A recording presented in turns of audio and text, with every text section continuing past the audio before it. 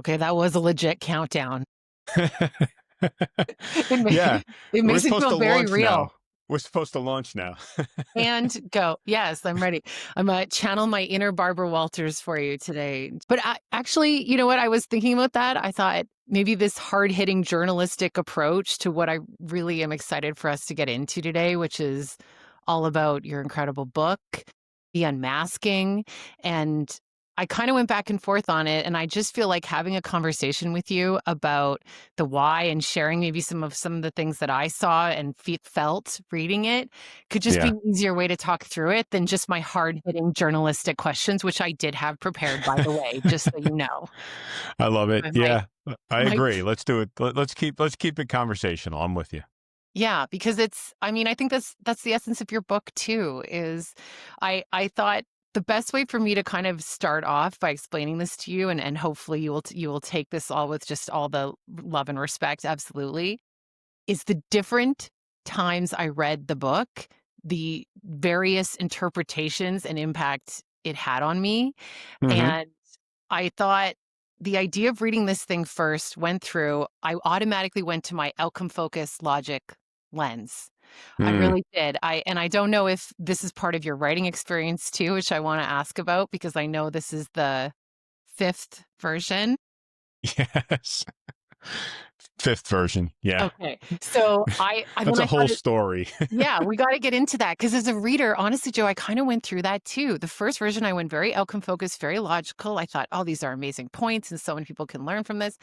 A and then I read it a second time, and as I started reading it the second time, I started thinking about people that in my life that are close to me that I thought I want them to read this chapter. I want mom to read the whole thing. I thought I got to get my husband to read this and get his take on this piece of it. And I started making notes about the people in my life that would be impacted. But then in preparation for this chat, I read it again, and it wasn't until the third time that I really started looking in the mirror and went, okay, but how does that affect me? Or what Mm. talking about, how could I actually take that and learn from it? And so when we first were going to talk about it, I thought I have to share that with Joe and hope he can appreciate kind of my progress as a reader, but then to flip it and go, that must have been quite the journey for you as a writer. Like I just Yeah. can't, I could see how the versions must have happened. Mm. Is that kind of the process for you or how you got to this it's the fifth version to get us to this point? Yeah. Right. Right.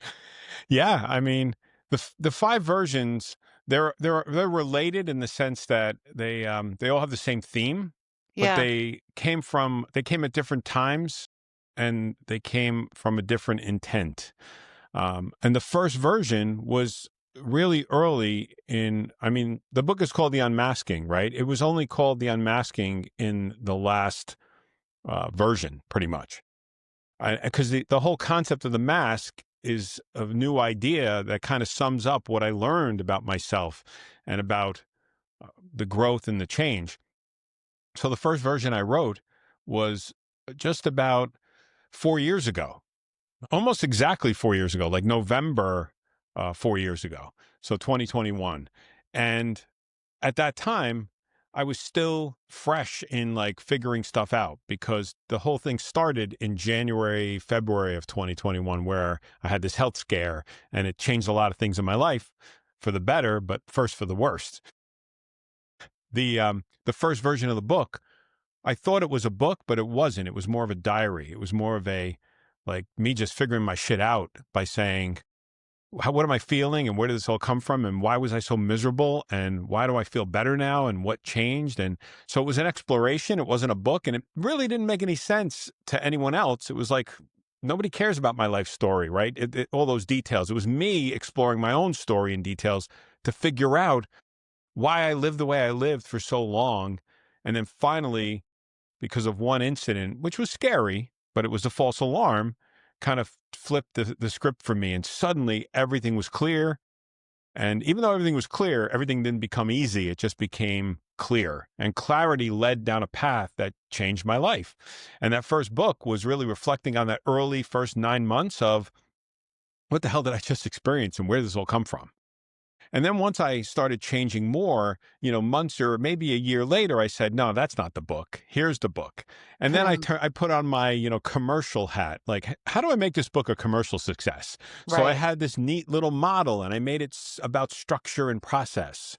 And that wasn't right. Then I had another book that was another misfire. But by the way, along the way, I'm learning stuff. I'm like figuring out what I want and what I don't want. So each version had its own little story till I arrived at this one, which I think is the most authentic, genuine, like not trying to sell a copy of this book, honestly, because it's not about selling. It's about changing people's lives. I don't care if I change one person who gets a PDF sent to them.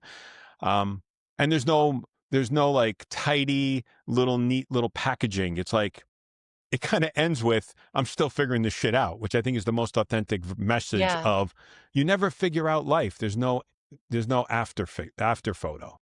So but your intention then, like your motivation for doing this just really started for yourself. It wasn't Yeah, even though I didn't know it. Yes. wow.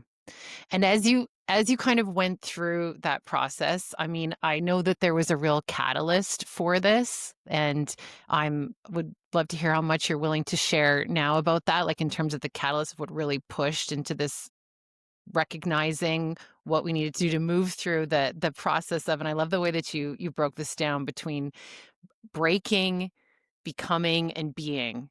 Am I Yeah. saying that right, Joe? Yeah. Like Yeah, just you got it. Yeah. like the process between that, and that's what I think, gosh, so many people can relate to that in probably extreme ways, like kind of what you've gone through, and then in other ways too. But all that to say, why now?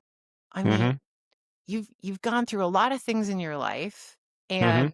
and there are these moments, but I'm just curious about why now the book is like the push for you at this time. Mhm.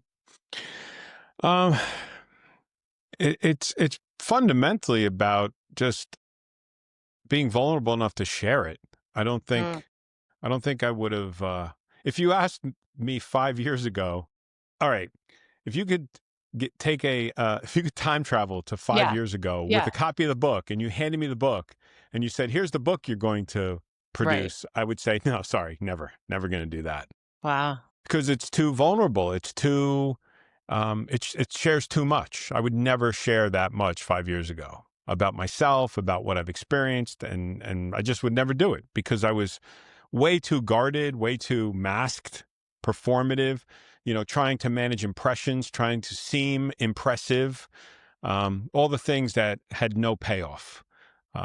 So now coming full circle, or maybe 180, because it can't be full circle. I'd still be an asshole if I came full circle. It would be to do a 180 from that person to this person. And it's funny, I say asshole, but my kids taught me to have compassion for that person because he wasn't an asshole. He was just, In it. yeah, Yeah. We didn't know. he was in it.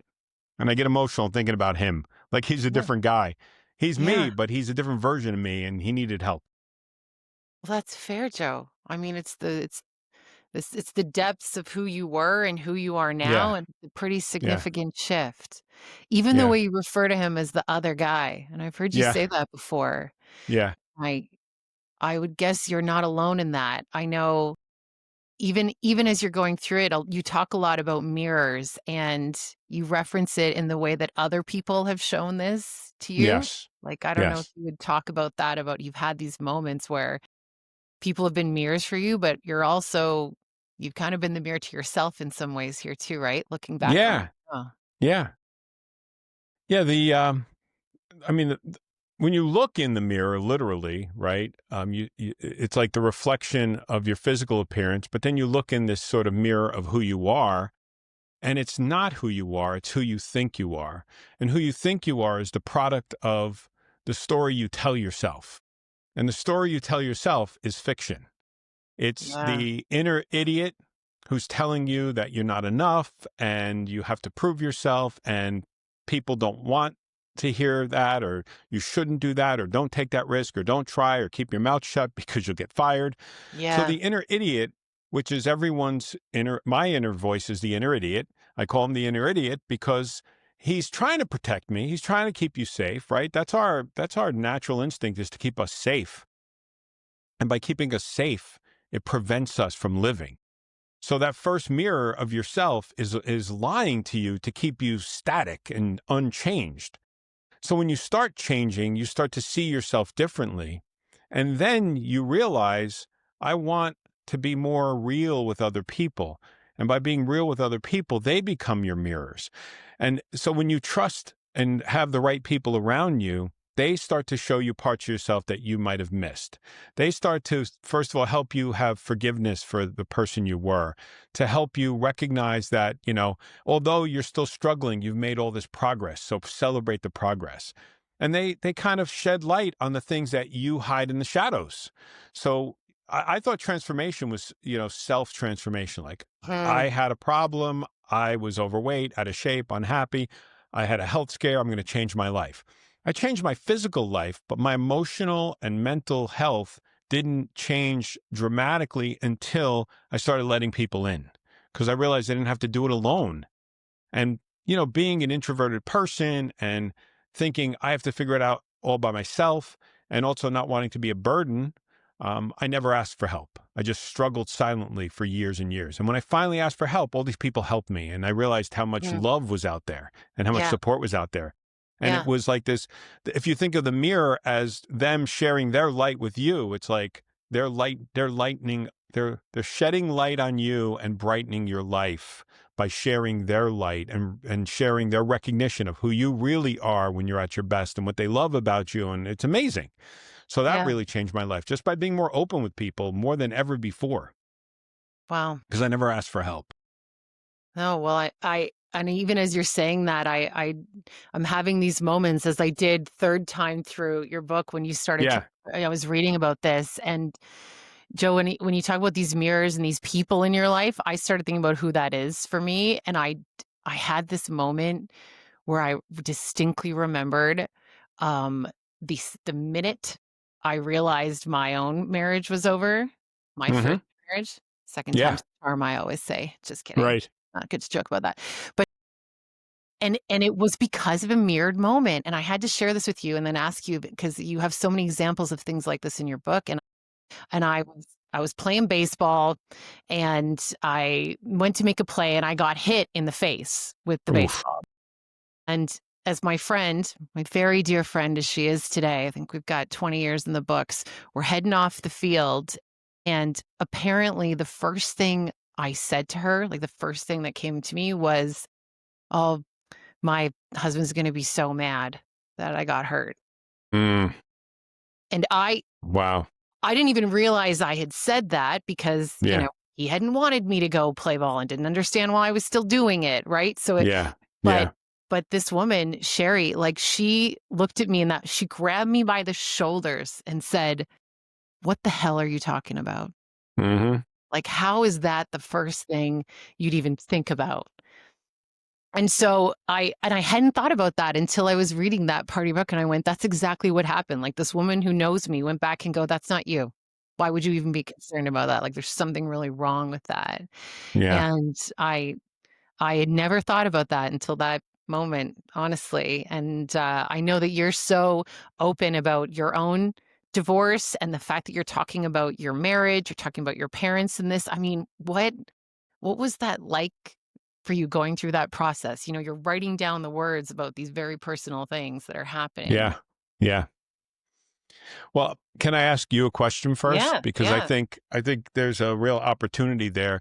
The mask, right? Between muting for M, approval right. seeking, where you want to make sure that you stay in favor with someone, security Yes. driven, which is the S, which is I make decisions based on safety versus possibility and taking the risk. And kryptonite is I just don't want to seem vulnerable. I don't want people to know that I'm flawed. What part of the mask for you do you think that was about not, not wanting to about your ex-husband being mad at you for being hurt? Do you think it was a mask response there? What do you think? Definitely. I think there was a piece of the people pleasing side too, Right. because Yep. I don't wanna let, him down, the team down, there's all of that in there, right? Like, the reason I Yeah. went, I didn't wanna let Right. people down, so I said yes to going, and then I was immediately that, "Well, now I've proved him right," you know? Yeah. Because now he can go, "Well, see, you got hurt, you're too old to be doing that, you shouldn't have Right. gone," etcetera, etcetera, and I It was that I think it was that kind of fear, not to sound extreme, but going, "Oh No. gosh, like, now I've Yeah. proved him right, and I shouldn't have came," and that isn't me. Like, I Mhm. still playing ball to this day, like, this is a passion, this is a part of who I am, and I was willing to shut it down for the sake of someone else, right? That's the big one right there. That's the big one. It's how many choices do we make for the sake of someone else? And Yeah. by the way, I wanted this to be really clear. That someone else is not the villain in No, these no. stories. Yeah, It's a combination of you giving people what you don't want to give because you don't feel worthy. And I'm not saying you as you personally, yeah. you the because for many of us who act that way, it's I don't demand what I deserve. So therefore, I give too much of what that other person wants. And that other person takes many shapes. That other person could be parents, it could be a spouse, it could be a coworker, it could be a friend. It's always compromising your values, your integrity, what you care about, what you want for yourself to keep the peace, to keep them happy, to do what they want. And it's like you're your own worst enemy there. Nobody's forcing us to make these choices. We make these choices because we don't see our own self-worth and say, I'm going to live my best life in connection with other people. So Hmm, my ex-wife is no villain. She's right. a good person. Yeah, We had some issues of growing apart and I didn't know enough about myself and what I really wanted out of my life. And, that could easily sound like a midlife crisis. I didn't go buy a Corvette. There's no yeah, midlife crisis here. This yeah, is just a life crisis. It's an identity crisis. It's a, you know, it was the heart scare that led to a change of heart for me in terms of like, what the hell am I doing?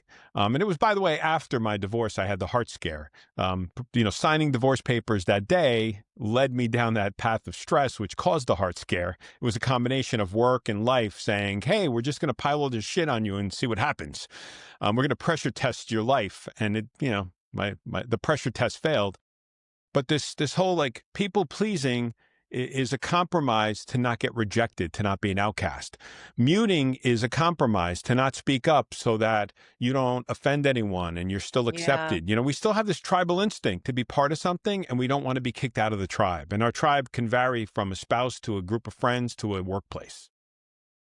And isn't it so telling though that that has happened to us from a very young age, like as Yes. children? Because Yeah. that's the other piece of it, that these behaviors or this way of thinking has Yes. taken place almost from the beginning. I mean, Yeah. when you tell the story about going to console your mom Yeah. in this moment, and I don't know, Yeah. I would, as much as you're willing to share even at this stage of that, but I can't how old were you, Joe? Because I swear it was something very Yeah. young, and your I was first young. Yeah. I was instinct. too young to have to worry about my mother crying and me being the source of consolation. Yeah, I mean, again, like I only have love for her and empathy for her. Like how sad that she was so her life was so difficult that she cried like that in a helpless way, and her son had to console her because yeah. she had a rough time in her life. So it's just empathy that no one should feel that way as an adult, and yeah, so consoling an adult as a child was traumatizing. It wasn't fun. It was weird. I didn't understand what was happening, and you know, I think I took that to heart as so I need to make sure people don't cry. I need to make sure people don't get upset because, when you learn about personality types, you learn about thinkers versus feelers, everybody thinks thinkers don't feel. No, thinkers are uncomfortable with feeling. And I'm using like Myers-Briggs dynamics here. Thinkers are uncomfortable with feelings. How do you become uncomfortable with feelings? Probably because I saw feelings that I didn't want to see and I didn't want to see that again. So I'm like, I'm not going to cry, and I'm not going to. I hope no one else cries around me. So I'm going to stop people from crying. So whatever people need to be happy and not cry, I'm going to make sure that happens. I think Yeah, that's where the people pleasing starts. but It's then like it just don't means cry, that whatever it takes. yeah, yeah, but that means then that you're already sacrificing Yes, your time, your energy, your yes, emotional well-being. I think a lot yes, of people can relate to that feeling of being emotionally stretched Like, we're Yes. just pushed to the point where all you do is give to somebody else, and then it happens in all aspects of life, not just Yeah. in personal relationships or families, but it happens in the workplace, Joe. We see it all the time. We go, "Yep, you betcha, I'll take that on. Okay, no, don't worry, I'll do it. I'll stay late. Yep, no problem, just give it to me. I'll take it, I'll take it, take it." And at some point in time, those waves, I just feel like the waves just keep crashing down, and something has to give, and Hmm. it doesn't have to though.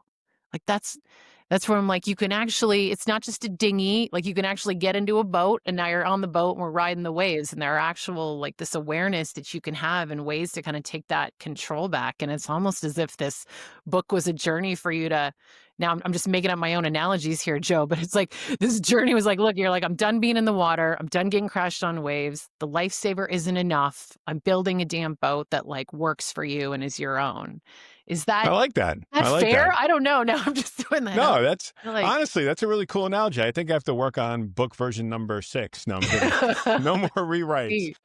No, No. I think you're right, because it's a twofold thing. It's like I think your life preserver thing is survival, Yeah. and your building a boat thing is the navigating. I was going to say Mm. control, but control is Ooh, the I wrong like word. You can't navigating. control anything Yeah. because in a boat, your confidence comes from knowing how to sail, not knowing what the weather is going to be. So you cannot get in a boat and say, this is going to be a successful journey because I know I can predict the weather. It's going to be a successful journey because I'm ready for anything. And that's so you nailed an analogy when you got to the boat thing, because that's what it was. I felt like I was tossed in the ocean and I was just tossed by the waves, and maybe I had a life preserver, but I was out of control because it was about the past I couldn't change and the future I couldn't predict. And I was in the middle of it saying, all this stuff is happening to me. And then when you do the work and you realize that, okay, all these experiences shape who you are. And now you have choices and you're no longer a victim of the past. You embrace the past and you actually respect all the, you find love for the previous version of yourself and empathy, and you say, that's who made me, and I'm ready for anything. Because people think mindfulness is like this meditating on top of a mountain with your legs crossed. And mindfulness is simply saying that I can't control anything outside of me.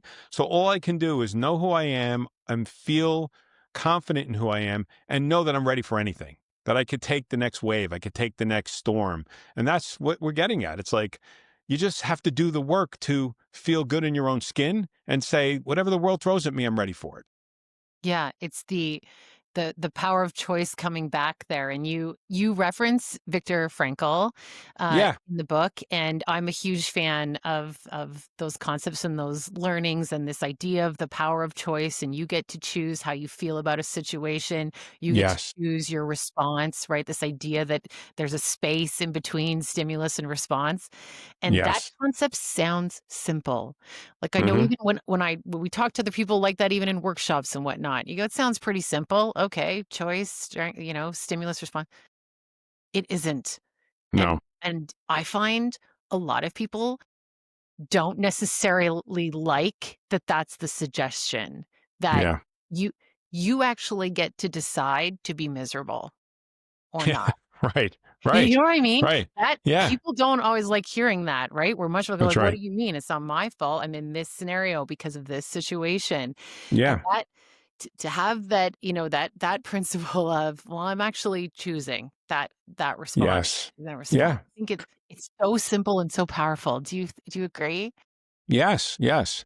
I mean, I think there's one piece of that is, um, you don't make the choice that's good for you because you're just exhausted. So Mm. there's the short term version of that. It's Mhm. like, I should eat this instead of that, but I'm going to eat the pizza and have 2 beers because I'm just exhausted and I need that because it feels better. Yeah. So that's the choice, but that's truly a choice. The thing you're talking about with the stimulus response is, or the choices we make is, if you work with the wrong people and you don't trust them and they show you again and again that they're not your people, you choose to stay in that situation until you leave.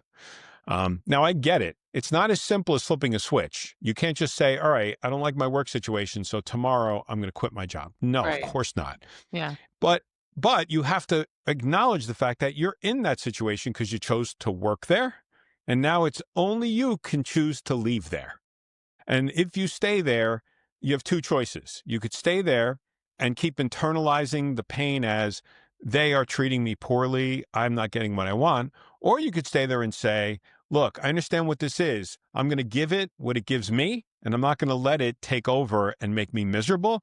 And by framing it, it's that old story about, if you're preparing for a marathon, the running isn't painful because it's part of the preparation. The pain is expected. But if you're sitting on a couch and you're told to go run 3 miles, you're going to be in a lot of pain and wonder what the hell's happening to me. So the work situation is, I know what I'm dealing with. Why am I giving all my energy over to people? I was helping a friend a couple of years ago, and he was frustrated because his boss and the team that he was working with wouldn't listen to his ideas. And I said, is your goal to convince people who don't get it to change, or is your goal to just do your best work and put your best ideas out there and try to help? And when he framed it to, all I can do is put my best ideas out there and try to help, he recognized that's all I can do. So I could be satisfied with that. If I need their response to enrich me, I'm putting my happiness external and I can't be happy. So it's like, why wait for people who don't care to care for you to feel good about yourself? That's just a waste of time. And that took time for you to get to that point too, right? Which say, like, Yes. in just Yes. My God. personally, Yes. professionally, and I Yeah. I I think that's really worth calling out and talking about it. It is not a switch that we can just flip No, and go, "Yes, I am perfectly in control of my emotions and my responses, and I will not no, give my power away." Like, all of no. those things, it's especially in the story that you're telling here, Joe, like, there were some painful moments, and not just 1 or 2 along the way that led to Yeah. this realization. And Yeah.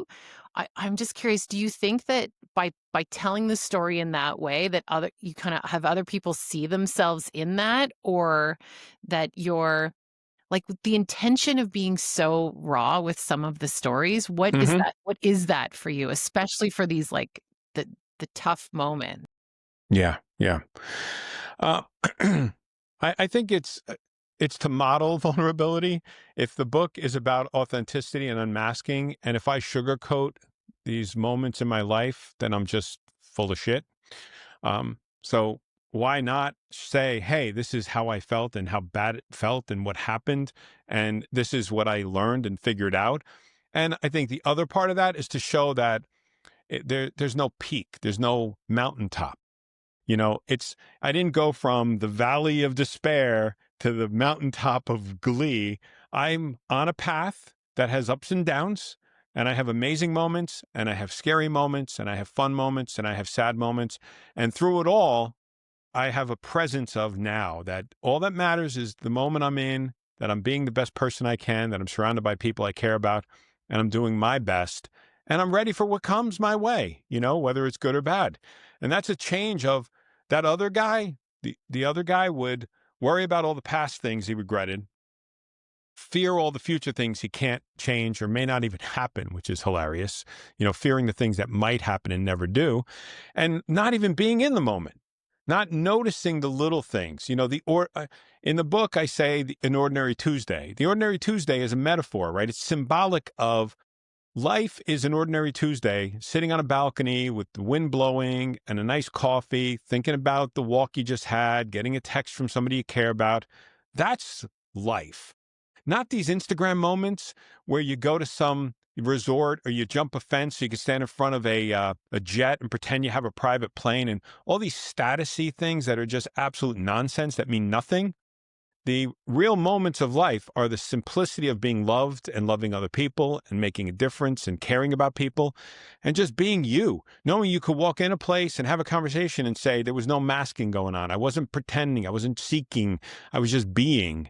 I think that's I probably jumped around a bit there, but I hope I answered your question. It made me think of a direct quote that you had, Okay. which I had underlined because I loved it, and it's this idea, the exact quote is, "The mess becomes the message." Yeah. Yeah. I really loved I that, I was Joe. really happy, like, sometimes as a writer, you're like, "I really like that line. I really like that line." Yeah, 'cause it's like to sum it all up, the mess became the message, and that's probably why there were so many versions of the book. The other versions of the book were too polished. I don't mean writing style polished. I mean too polished in terms of tidy. Mhm. They were Mhm. too neat. They were Mhm. too start to finish. This is start to unfinished. This is right. What is Like that. the last chapter? I think the last chapter covers it best. Um, never, yeah. Chapter 9 is never done, always becoming. Like that Yes. title of the chapter took me a while. It's like never done, always becoming is the point of that whole ending point. Like how many books end on a sort of question mark, right? And it's intentional. It's like, no, we're not done. I'm not at the top or at the bottom. I'm always in the middle. We're always in the middle, and we're lucky to be in the middle because that's amazing. Even the title page, when I was lucky enough to get a pre-release copy of this, and I think I told you before I read a word, I looked at the title page, and here's where I will appeal to your editing skills, Joe. Yes. Insert insert book here so that Right. folks can see the title page of this book because Yes. I gotta understand the reasoning behind this. This smiley face, but not Yes. really, and it's on the stick, but it's not perfectly formed. There's this crunchiness to it. I Yeah. mean, Yeah. just the thought, even the line under the title, there's the line, "As you can see," insert picture here. Even Right. just the line dash, I loved that it's not clean, you know? Yes. Even Yes. so okay, talk to me about the because just I will. yeah, I had lots of interpretations of it, and I thought, I wonder how much reasoning and thought went into this particular Yeah. Yeah. picture. Yeah. Well, when you sort of hire an artist to do your book cover, Mhm. you think you're being clear because it's all in your head, right? So I'm doing my best to express what I want the book cover to be. And what I got back was probably what I put out, which was Mm. like the Phantom of the Opera mask, because the book's called The Unmasking: Why We Hide and How We Find What's Real. So that's the subtitle, right? The title is The Unmasking. Yes. And people use their common sense based on what I gave them as a description. They're like, "Oh, you want a mask." So it's like a masquerade mask Sure. or the Phantom of the Opera mask or a mask shattering, like, "Oh, you're unmasking." And I knew it was wrong, but I didn't know why. And my daughter, who's wise beyond her years, was talking about it with me, and I was trying to explain how it's not a happy mask. But it is. It's like your best attempt to appear happy in the world when you're miserable inside. So you're wearing this mask to appear happy, but you're not happy. And that's when she's talked about the happy face. And I'm like, a happy face makes so much sense. And then we both realized not an emoji. It can't be an actual happy Yeah. face. It has to be a little Off kilter. like right, right. It's a little off-putting, right? It's like you look at the happy face and you're like, oh, that's What creepy. I don't love it. Yeah, there's like a So the beautiful artist really creepiness got to it. it. What's that? A beautiful creepiness to it, Joe. There's Exactly, a beautiful exactly. creepiness. Like it's pleasant, but it's a little disturbing. Yeah. And so the artist understood the assignment. As soon as I told her that, I mean, hats off to Katerina. She did an amazing job. She really got it because my daughter and I wrote the description around. It's like it needs to look like it's been worn a long time. So this Mm. one looks like it's taped up and it's on a popsicle stick and it's held up. And I thought, how cool of a prop can this be? Like when you Yes. really want to, you kind of hold this in front of your face and say, yeah, I'm masking, but that's not the person you want in front of you. So getting to that exact cover, I knew I knew the book was done. I'm like, the cover matches the message and this is the final version. So I'm glad the cover had that impact on you because that was the intention. Well, it did. I could talk probably just solely about just the picture in and of itself and what that means to people looking at it. Because you mentioned your incredible daughter, and I mean, you have your children through this process, and I did just wanna touch on because I kept thinking, what do the kids think? Or what do because they've been a part of this, obviously, the whole part Yeah. of it, but how Yeah.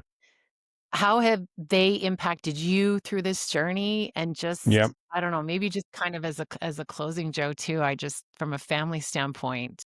Yeah. Yeah. You got me choked up earlier. You're trying to do it again. I'm Don't feeling make me that. It's cry like either. We're not you can if you want though, right? This is the there's no point. crying in Yeah. baseball. No, exactly. Only in baseball, Joe. Movie reference, movie reference. Yeah, Yeah. me. I'm going to be the pop culture guy with the obscure reference. My children, it's funny. Um, it's like you think you're doing what's best for them by neglecting yourself. But really, what's best for them is taking care of yourself. Because when you love yourself, you can love others fully. When you don't love yourself, you can care for others and you can try and you can demonstrate love, but it's not complete. I think there's something missing until you really know your worth and love yourself, then you can give fully and you give the best of you to others. So your kids, my kids have told me, like, specifically, we really like this version of you, you know? And as they've taught me to have empathy for the old version, that was a beautiful thing too. Because I would like kind of crap on the old version of me and be Yeah. like, that guy was a loser. Like, no, that guy wasn't a loser. Survived the shit he was in. Have empathy for him. And I put that in the book. In the book I talk about how I would treat the guy from 5, 6 years ago who Yeah. suffered for a long time and did his best versus I have no contempt. I just have love, you know? So the fact that my kids want to be around me, spend so much time with me, call me is the greatest gift, right? All, all the status I saw in Yeah. all the status I saw was bullshit. I don't need cars. I don't need houses. I don't need fancy titles. I just need people I care about who love me too. And you Beautiful. made me choke up again. Well, me too. Well, me too, Joe. But that is the impact of authentic vulnerability. I don't know how else to showcase that than a Yeah, discussion yeah. about it. It's You such had a your real Barbara way. Walters moment. She makes people cry. Yeah, I did it. I did it. uh, I I do want to kind of just, say thank you. I don't know if that sounds weird, but I was thinking about it this morning. I do just want to thank Joe for being willing because it's one thing to write a book, put it out, like you said, for commercial purposes, yeah, or, oh, this maybe will get you more clients or whatever the case. And right. I love this idea that it has nothing to do with that at all. And as we've talked about your motivations and your authentic intentions for it, I am just want to say thank you for being willing to do that. It had a huge impact on me and the people that I will be sharing this with. Absolutely. I know will say the same thing. So I just can't wait for it to be out there and just to see the impact. And even if it is just me, Joe, I want you to know how genuinely grateful I am Oh, for that thank you. Thank you. You're awesome. incredible Thanks thing. for being part of Yeah. this. You know, you and I reconnecting, I think is part of that goodwill that Mm, happens when you're your best self, because you probably saw the glimpses of me changing. And yeah. I think that energy brings amazing people like you into my life. So thank you for being here. Let's get on the boat. We're going on the boat together. Here we go. Exactly. Let's just No more life bring, preservers. Let's get on bring a on the boat, but no boat. yachts. We don't need status, just a boat. No, it's gotta be functioning and it'll be Uh, fine. So, thank you well, so thank you. much. Thanks for doing this. Yes, you too, for your time and everything, and we will chat again in a couple weeks, and, I'm excited to continue to see where this goes, but appreciate you very Awesome. I much. appreciate you too. Thank you. Thank Bye you. bye. Bye.